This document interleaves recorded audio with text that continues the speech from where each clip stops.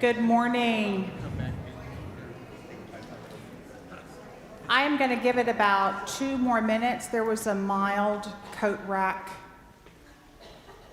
catastrophe in the fellowship hall, so resume chatting for just a couple of minutes while folks go ahead and come on in.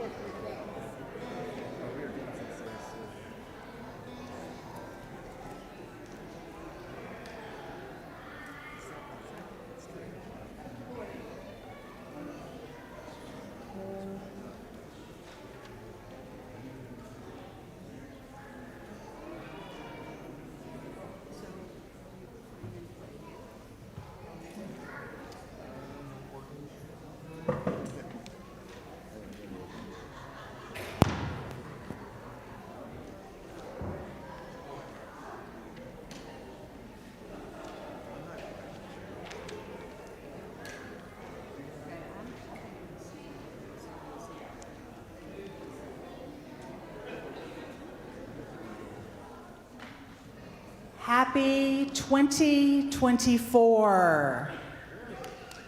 Woohoo! It's always nice to bring in a new year. We are 7 days in, and I hope this year is turning towards a journey that you love and can learn and be refreshed and have the ability to share with your community all the great things and things that we ponder. It's wonderful to have you all here this morning. Welcome to Tennessee Valley Unitarian Universalist Church. My name is Heather Kistner. I'm a member of the board here, and on behalf of the board and our most excellent program council, we do welcome you here to our community. Whoever you are, wherever you have been, wherever you would like to go, we do embrace you here, and you and all of you are welcome here in our church. We have a lovely service planned. I actually have no announcements, which is, I don't even know how to be. What? Oh. David has an announcement. So I will pause and welcome David Asbury up. He is our music director. David, it's all yours. Good morning. 2 little things. In your programs, you have a couple of inserts, and we'll be using them today in the service, but they're reusable. So if you'll treat them nicely and turn them in separately as you turn in your program when you leave, then we will use them again in the future. And also the other announcement is that on this coming Saturday, the 13th, we have a guest musician coming to give us a concert at 7 p.m. The doors open at 6:30. This musician is Tom Nilsson, and he has spent a life in musical activism, and he is going to come and share stories of his life and music from his life and satire and comedy. We're asking for a $10 donation. Kids under 12 are free, but we don't have a nursery. Doors will open at 6:30, and again, that's this Friday, and it's Tom Nilsson.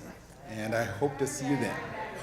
Saturday. This Saturday at the 13th, not Friday the 13th. Thank you.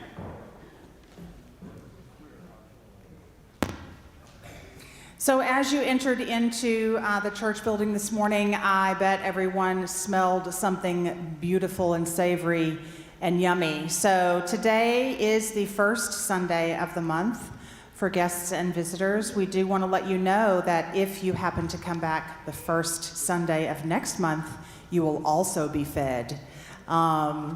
So yes, it is our potluck, and I do want to remind that if you feel, oh my, I didn't bring anything, guess what? You still get to eat.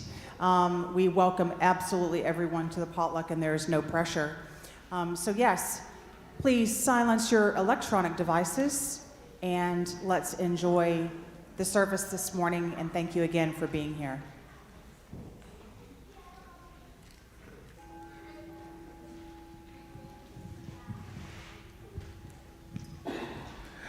Good morning. We're going to be starting a new chalice lighting called All Are Welcome. So I'm playing a solo version of it as our meditation.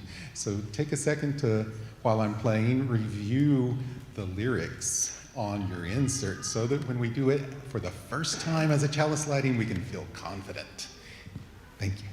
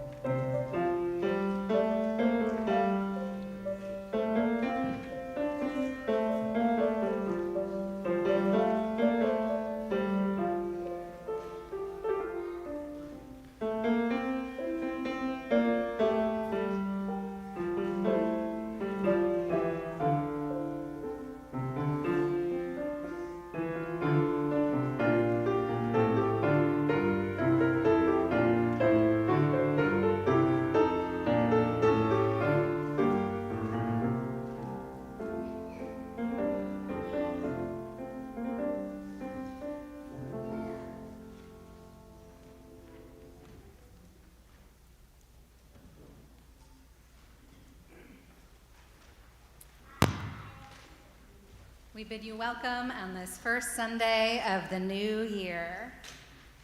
Like Janice, we gather with part of us looking backward and part of us looking forward. We gather on the edge of the new year, saddened by our losses, cherishing our joys, aware of our failures, mindful of days gone by. We gather on the cusp of this new year, eager to begin anew, hopeful for what lies ahead, promising to make changes, anticipating tomorrows and tomorrows. We invite you to join our celebration of life, knowing that life includes good and bad, endings and beginnings. We bid you welcome. Come, let us worship together.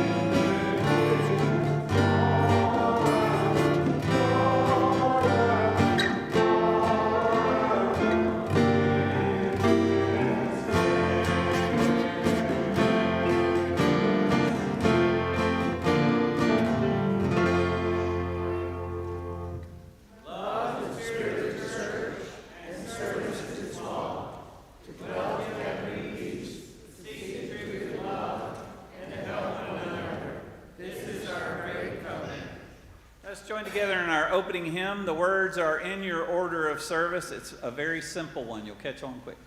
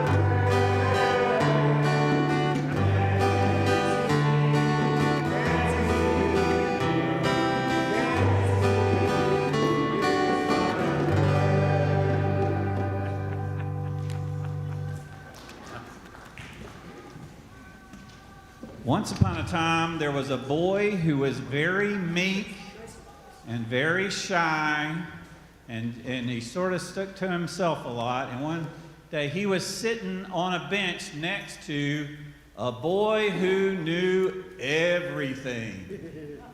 And they were sitting together when a little girl came along and said, "Hey, I wonder if you both like to go for a walk for me." And the first one to speak was the boy who knew everything, who said, "I don't need to go for a walk because I already know everything. And if I were to go for a walk, I would just get bored, looking at all the things I already know everything about." And the meek boy said, "Well, I don't know, I'd like to go for a walk." And so the two went for a walk together. And they walked along a field until they got into a forest. And in that forest, they heard the sound of birds. Can we get the sound of birds, friends? Oh, very nice. And they heard the sound of a rabbit hopping. They also thought they heard the sound of a bear. So they kept going through the forest, and as the forest, there were fewer and fewer trees, and suddenly they found themselves in a desert. And in the desert, they thought they could hear a rattlesnake. And they thought they could hear a coyote. And somewhere in the distance, they could hear a cougar. But the desert sort of got less and less dry, and all of a sudden they found themselves in a jungle, and there were jungle bird sounds.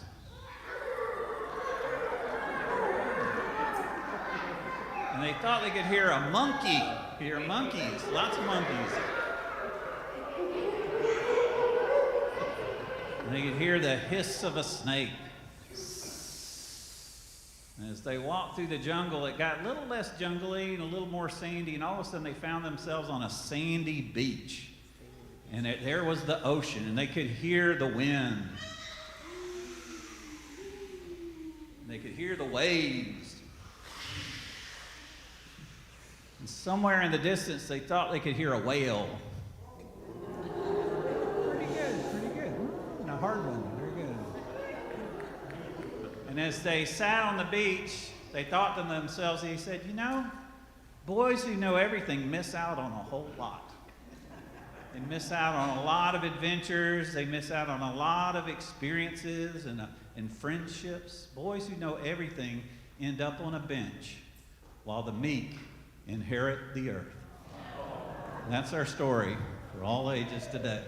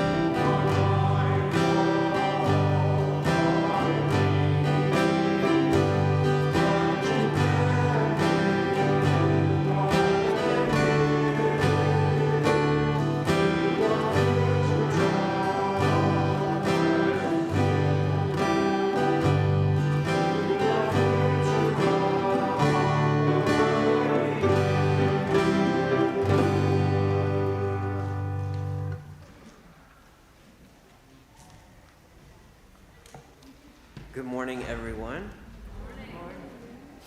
I just want to say, we always take a moment in our services to lift up the joys and concerns, and we don't talk about the work too often of the care team, the care table out there who write cards for us to sign and send to people. And both me and my brother got one last week when I was out sick and he was in the hospital, and it means a whole lot. So I just lift that up because when we lift up these joys and concerns every week in our Sunday service, there's more to it. So we have a lot of folks who are joining us here this morning, but I want to invite us all to turn to the camera with the light on and wave to those who couldn't be here this morning and welcome them as well. I am John Coffey. I'm a member of the spiritual care team, and on Sunday mornings we bring the joys and concerns of our community in an acknowledgement of our shared lives together. If you have a joy or concern to share, or you'd just like to talk with a member of the spiritual care team, please feel free to reach out via the pastoral care line. It's open to anybody, members, friends, community members. The pastoral care line is staffed every day by members of the spiritual care team. And if you'd like to connect with us, you can call us at the phone number that's in the order of service. It can also be found online and in our weekly newsletter. This morning, we're going to lift up a number of folks. We have some updates and then some additional joys and concerns to share. This morning, we're lifting up Jenna Mashburn, who reports that Bob is now home from rehab following his hip replacement a couple weeks ago. She says we're navigating daily routines of living, and Nurse Jenna will no doubt be on duty for another week or so. So we send our healing wishes to the Mashburns. It's with sadness that Sylvia Smith reports that she has been diagnosed with lung cancer, having never smoked or been exposed to secondhand smoke in her life. She's waiting for Vanderbilt's recommendations for treatment, and meanwhile, this is a tender time, and she requests that you rely on Betty Baumgartner or Leo Sage to share information as it becomes available. So we're going to hold Sylvia in our hearts this morning. Kate Benson has returned home. She returned home last Sunday, December 31st, after back surgery. She had spent 3 weeks in Fort Sanders acute care and then additional recovery at Pat Neal Rehab Hospital. She's now getting home health care services. Her daughter Beth is still here, and Kate very much appreciates all the notes and calls she has received from members of the congregation. So we send healing wishes, continued healing wishes to her. And finally, we want to offer a great big thank you to Will Dunklin for all he did to jump in on Christmas Eve, practicing piano and organ for hours in order to accompany us on all those great Christmas carols. We want to send him a great big thank you for that work as well. So if we could give him a big round of applause. With these joys and concerns mentioned here, and those joys and concerns in our heart but left unspoken, please join me in our congregational response. The words are printed in your order of service.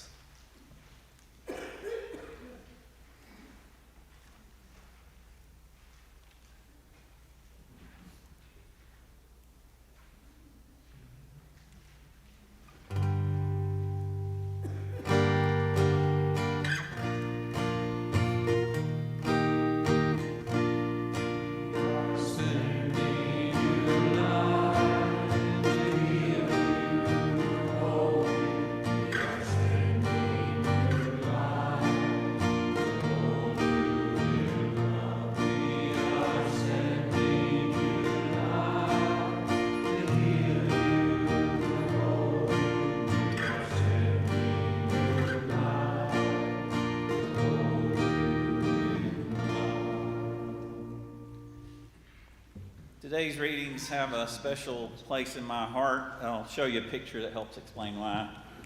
I was ordained in the ministry in 1998. I was serving Hopedale Unitarian Universalist congregation, and the children and youth put together this hand-stitched picture of Jesus with the children with the dedication to Reverend Chris, the storyteller Buice from the HUUC Youth, Hopedale Unitarian Universalist congregation.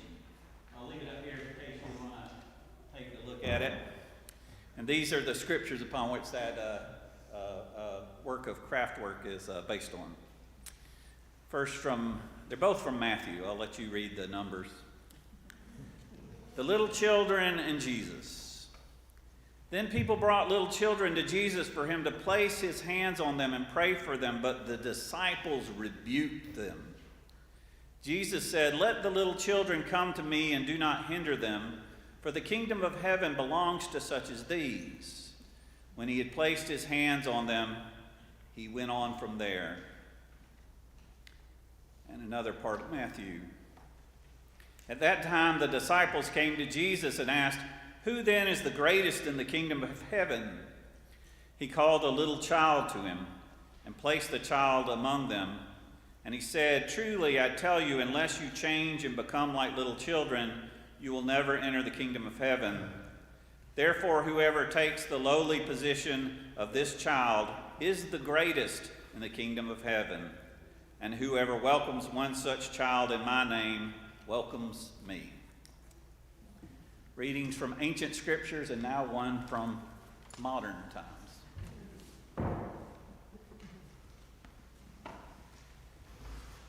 I want to invite you to join me in responsive reading 657 in the back of the gray hymnal. It's 657, It Matters What We Believe. And while you're turning there, I just want to offer this reflection that in Unitarian Universalism, we have a belief in the free and responsible search for truth and meaning. And so often, folks get hung up both inside Unitarian Universalism and outside Unitarian Universalism on that free part, that we forget the responsible part. And so this is a reading that speaks to that responsible part. So I invite you to join me in responsive reading 657. I'll read the words in regular print, and then we'll join together in italics. Some beliefs are like walled gardens. They encourage exclusiveness and the feeling of being especially privileged. Other beliefs are expansive and lead the way into wider and deeper sympathies. Some beliefs are like shadows, clouding children's days with fears of unknown calamities. Other beliefs are like sunshine, blessing children with the warmth of happiness. Some beliefs are divisive, separating the saved from the unsaved, friends from enemies. Other beliefs are bonds in a world community where sincere differences beautify the pattern. Some beliefs are like blinders, shutting off the power to choose one's own direction. Other beliefs are like gateways, opening wide vistas for exploration. Some beliefs weaken a person's selfhood. They blight the growth of resourcefulness. Other beliefs nurture self-confidence and enrich the feelings of a personal worth. Some beliefs are rigid, like the body of death, impotent in a changing world. Other beliefs are pliable, like the young saplings, ever growing with the upward thrust of life. May our beliefs be so. Let us enter into the spirit of meditation and prayer. Holy One, we gather this day to be reminded of the sacred in the ordinary. The holy moments of waking yet again to a new day, the feel of the earth beneath our feet, the crisp cool on our skin, the joy of being welcomed by our fellow travelers, the warmth of this place. Help us this day to be fully present in our living, awake to each breath. Remind us that life is taking place in the in-between, as well as in our lofty goals. Remind us that the detours and the details craft the path and make it our own. Help us to remember that we did not make this day, but that we have the glorious pleasure to greet each moment as it unfolds, to reach out and kiss its cheeks as though it were a visitor who has come a long way just to see us. These and the prayers of our heart we now lift up to you in silent meditation.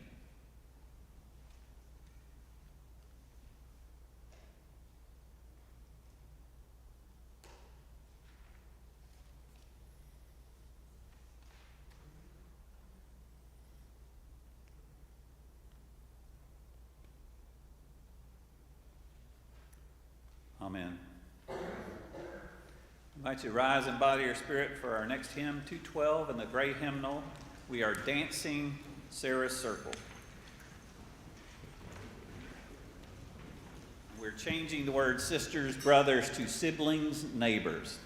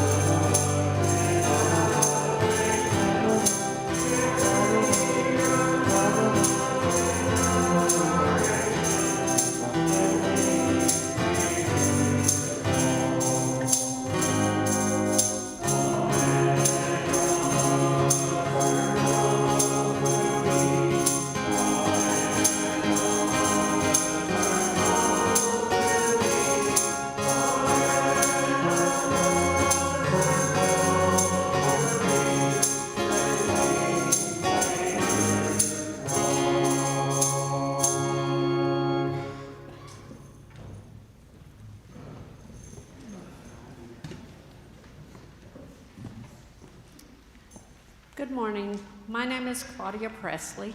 I'm the Director of Finance and Operations here at TVUC. It's my pleasure to welcome you all to this first Sunday in January and tell you a little bit about the offering that will be taken today for the UNICEF organization. It is a designated offering chosen by our senior minister, Chris Buice, and he is going to tell you more about what the UNICEF organization does and what this offering in particular will be used for. But my job right now is to tell you that even though the order of service says offertory, that does not mean that an offering basket is going to be passed in front of you.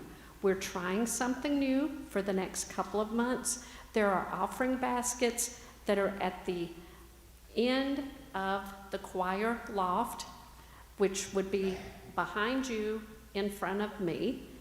And there are signs back there. You can place cash, you can place checks in those, you can place offering envelopes if you have those. Out in our lobby, there is a giving kiosk where you can give using a debit card or a credit card.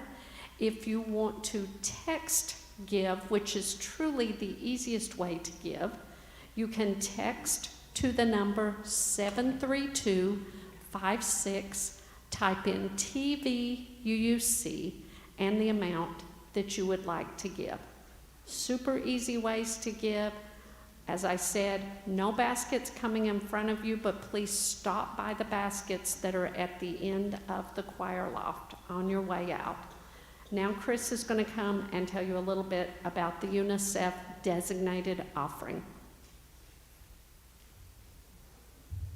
As most of you know, UNICEF is the United Nations Children's Fund, and it's designed to help children all over the world who are impacted by war, who are impacted by natural disaster, who are impacted by disease, to make sure that our children don't get lost in the adult conflicts and the adult problems that are all around the world. And we know there are many right now going on in the world. So let's put the children first this morning and contribute to the United Nations Children's Fund, because wherever people are fighting, we are on the side of the children.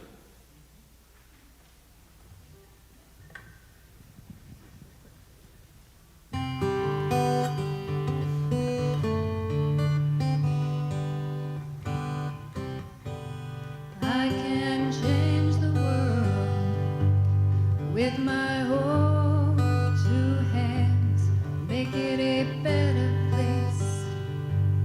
With my own two hands, make it a kinder place. With my own two hands, with my own two hands. I can make peace on earth with my own two hands. I can clean up the earth with my own two hands. I can reach out to you with my own two hands. With my own two hands. With my own two hands. I'm gonna make it a brighter place. With my own two hands. I'm gonna make it a safer place. With my own two hands. I'm gonna help the human race. With my own two hands. With my own two hands. With my own two hands. I can hold you with my own two hands, and I can comfort you with my own two hands. But you got to use your own two hands. Use your own two hands. Use your own two hands. And with our own two hands. With our own two hands. With my own two hands.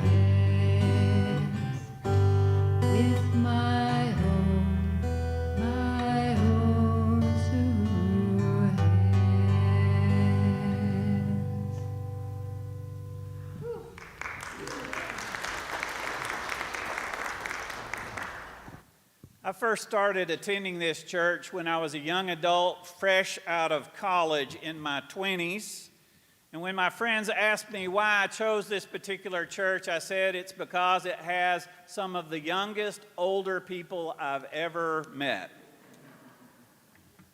This morning, I want to talk about youth, not as a quality of the body, but as a quality of the spirit.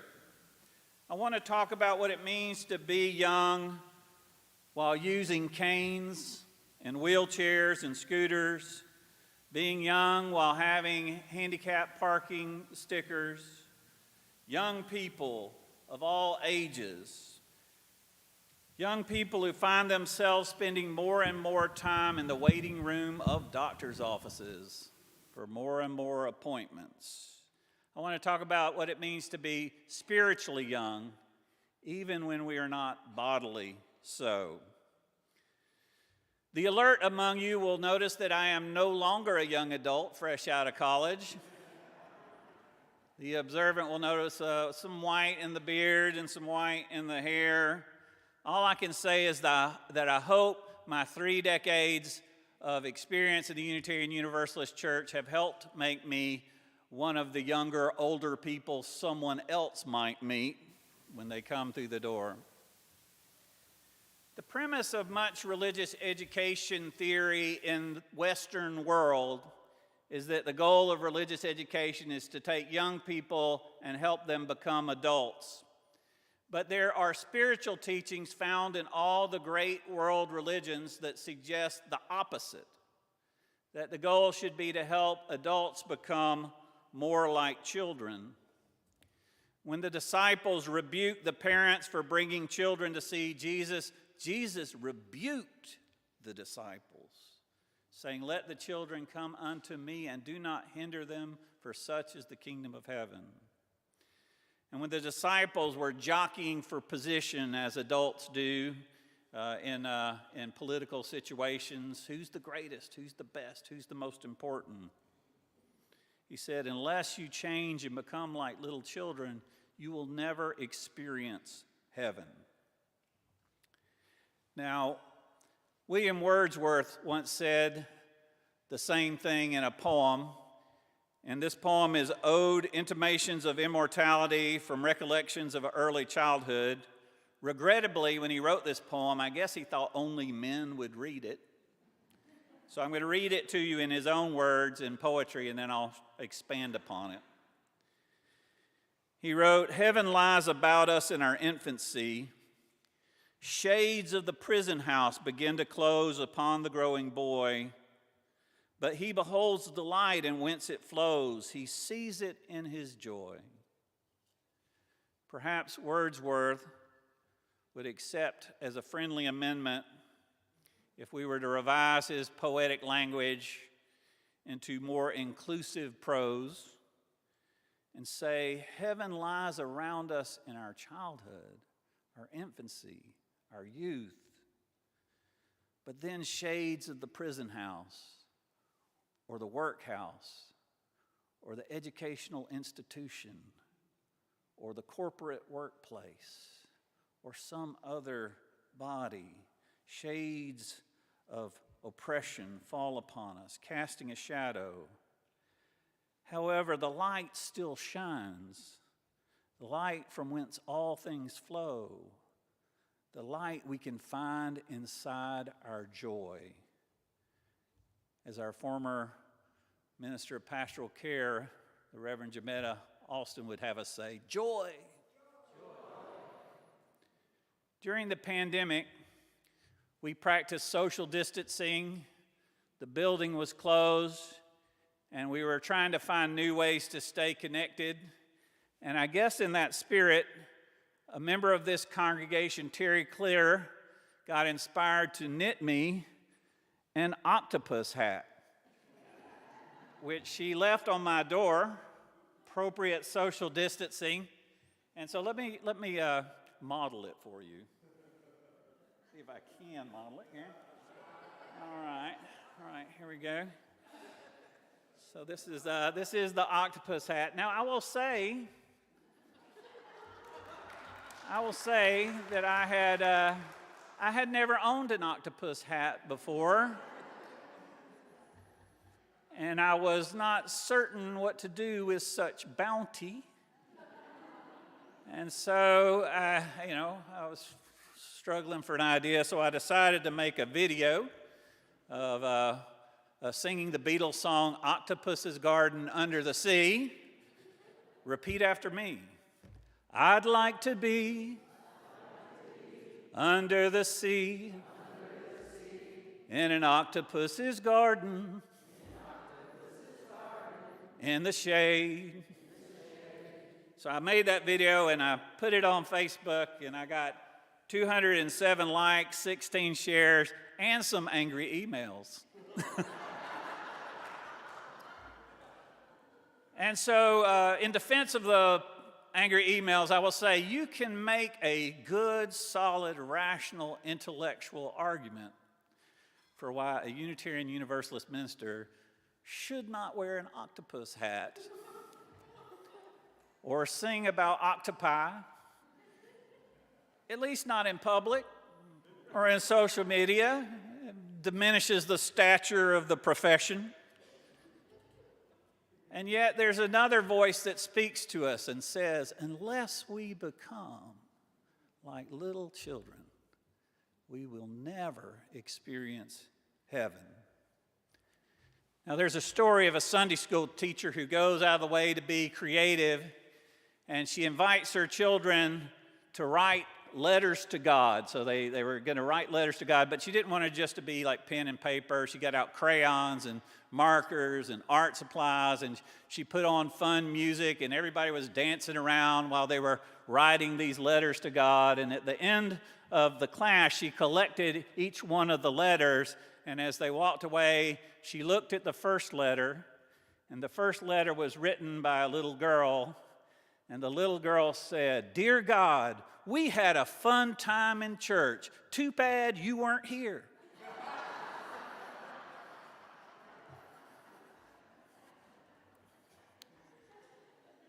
Too often, that's the unintentional message of adult religion.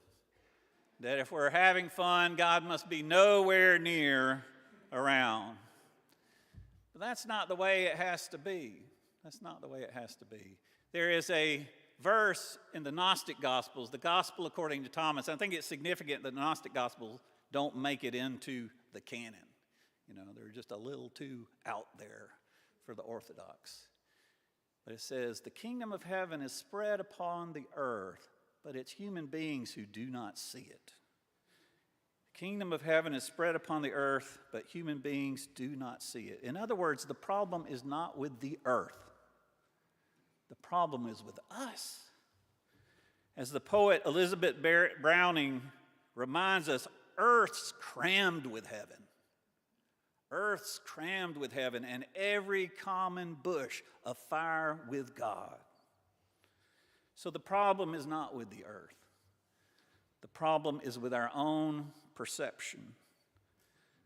The problem is we have allowed the shades of the prison house, the shades of the corporate workplace, the shades of the educational institution to block out the light. We've allowed adulthood to blur our awareness. We have forgotten to become like little children. The Zen teacher Shunryu Suzuki once wrote a book called Zen Mind, Beginner's Mind. And in that book, he argued the mind of a beginner is needed throughout Zen practice, not the mind of an expert, not the mind of a person who studied a lot of Buddhism and got a lot of knowledge in the head. The beginner's mind. It is the open mind, the ability to see things always as fresh and new. Beginner's mind is the practice of Zen mind. Now, there's a mantra that I offer to all Unitarian Universalists, and I've offered it in this church before. It never gets old. It's a good mantra, and the mantra is, and I invite you to repeat after me, we're not as smart as we think we are.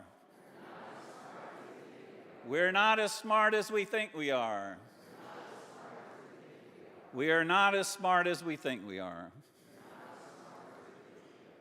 And for our purposes this morning, that mantra can be a call to return to beginner's mind, to return to let go of the expert mind, to let go of the grown-up mind, to let go of the adult mind, and become like a child, open to wonder, open to insights, open to experience, because we know boys who know everything end up on a bench while the meek inherit the earth. The Hindu teacher Sri Ramakrishna once said, "When one has attained the highest spiritual knowledge, one's nature becomes like a 5-year-old child." And he argued that we are most our true selves when we are the most playful and imaginative. I was thinking about that walking through the art gallery on my way here, the imagination, the play that went into the creation of some of those art pieces on the wall. Sri Ramakrishna cultivated what others have called a theology of childishness. And so he was an older man. He had gray hair in his beard, but his disciples would often come across him playing with toys, or flying a kite, or dancing, or, and this is the truth, I didn't make it up, swinging through the trees like a monkey, making monkey sounds. We did a little bit of that this morning. Sri Rama advised us to become like a child, and he practiced what he preached. That's from the Hindu tradition. Now, young people have coined a new phrase, adulting. Has everybody heard that phrase, adulting? As it can be used in a text or something like, I paid a lot of bills today, #adulting. However, 12-step programs, Alcoholics Anonymous, Narcotics Anonymous say that what we need to do is get in touch with our inner child. A world where we do nothing but adulting will be a world full of addictions, and that's the world we live in right now in a big way. Alcohol, drugs, food, sex, gambling, the internet, television, you can go on and on and on. A culture of addiction. The high levels of depression and suicide, especially among our young people, is because we have forgotten to include keeping that inner child alive in our schools and in our workplaces and in other places. Now, about 10 years ago, we had, Suzanne and I met some of our neighbors who, they don't live there anymore, but they used to live a couple of doors down. A group of little girls, Zanea, Passion, Lejour, Aquila, and Cherokee. And we met them when they came over. We were sitting in our yard in our chairs, and they came over and said, "Would you like to see us dance?" I don't know, what would you say? You know, of course, we'd love to see you dance. And so they hit the play button, and they did this dance, and I'll teach it to you, at least part of it. Okay, here we go. Now watch me whip. Now watch me nay-nay. Now watch me whip, whip. Watch me nay-nay. Everybody, watch me whip. Watch me nay-nay. Watch me whip, whip. Watch me nay-nay. That's a great dance. There's another move called the stinky leg, which this pulpit prevents me from sharing with you. It's probably just as well. Another time. All I can say is having those young girls in our neighborhood, they came over to our house all the time. And it was such a blessing. They helped us get in touch with our inner child. They're adults now. They're adults now. So I came to this church when I was in my 20s, fresh out of college, where I met some of the youngest older people I've ever known. One of them was Dr. Jeff Coleman, who was my sociology teacher at the University of Tennessee. If you know Jeff, you know he does a lot of adulting in his life. He's a very serious scholar, very serious academic. I went to his first class, and he passed out the syllabus, and half the class dropped the class. It was a very intimidating syllabus. But when I met him here, he was teaching Sunday school, and I volunteered to help him in the Sunday school. And as a matter of fact, he was very helpful to orient me to the Unitarian Universalist Church. And I was wondering if I would fit in, if it was a little too intellectual, a little too academic, whether it was place for me. And Dr. Coleman said, "Chris, people like me need people like you to learn how to relax. To learn how to relax. Older people need younger people, and younger people need old people. And so that's what we're called to be as a community, where we have old, wise young people and young, spry, older people. So if you've come into this church, if this is your first Sunday, know this is the kind of place you're walking into. And there's space in it for you. So now, watch me whip and watch me nay-nay. Watch me whip, whip, watch me nay-nay. Watch me whip, watch me nay-nay. Watch me whip, whip, watch me nay-nay. Very good. So be it.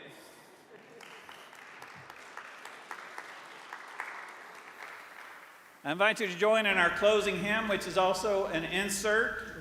There is a love holding us.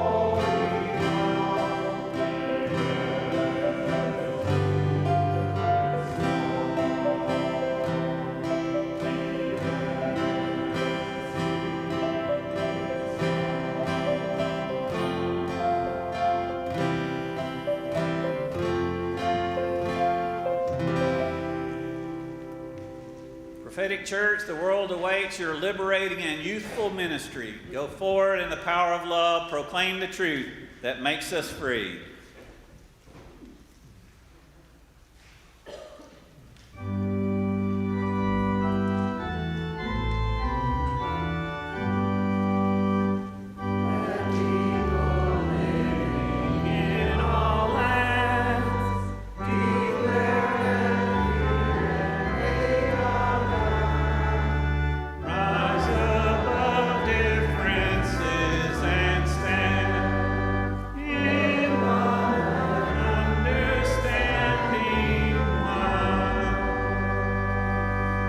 I invite you to join us for food and conversation after the service. Remember, you have your inserts. If we could collect orders of service, we can save those for the future. But as our last act of worship, I invite you to turn and greet your neighbor. And if you feel inspired, you can make your favorite animal sound.